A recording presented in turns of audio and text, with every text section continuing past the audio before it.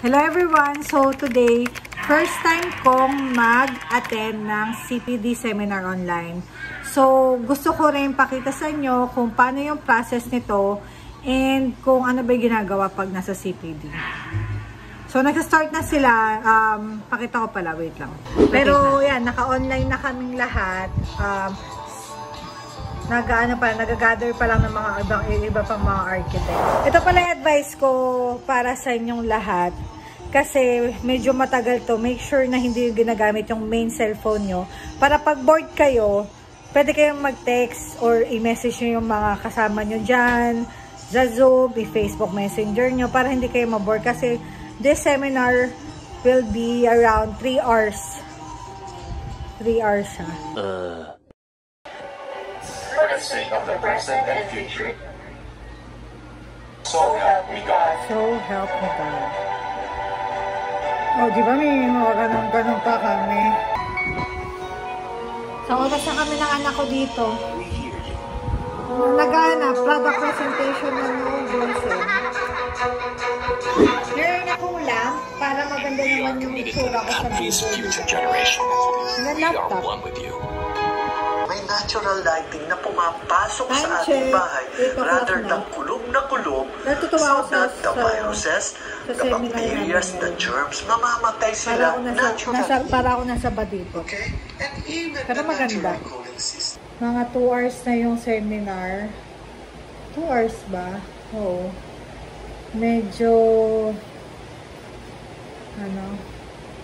medyo pagod na ako, inaantok na rin. Yung anak ko nandito na sa gilid ko, gusto niya makipaglaro sa akin. A few moments later.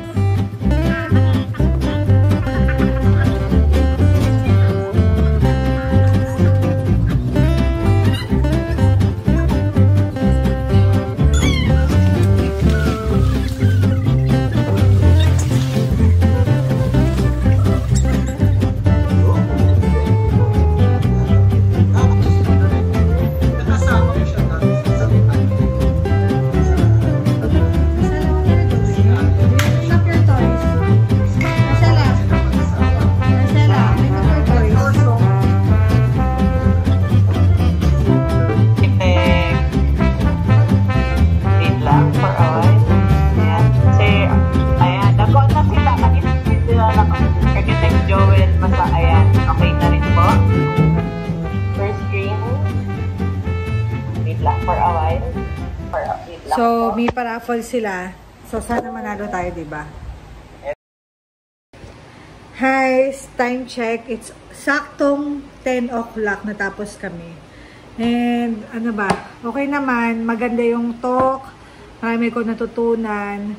At least 3 points na siya. Siguro ang kailangan nyo talagang i-advise ko is magandang lighting, number 1. Dapat may magandang lighting kayo. Para naman maganda rin kayo sa video. Kasi kailangan pakita nyo yung sarili nyo dun eh. Tapos,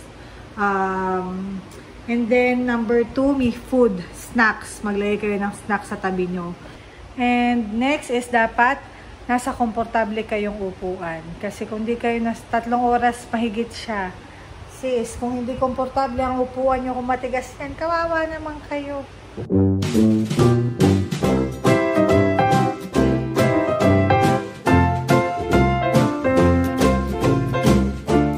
Few moments later. Look at that. Look at this.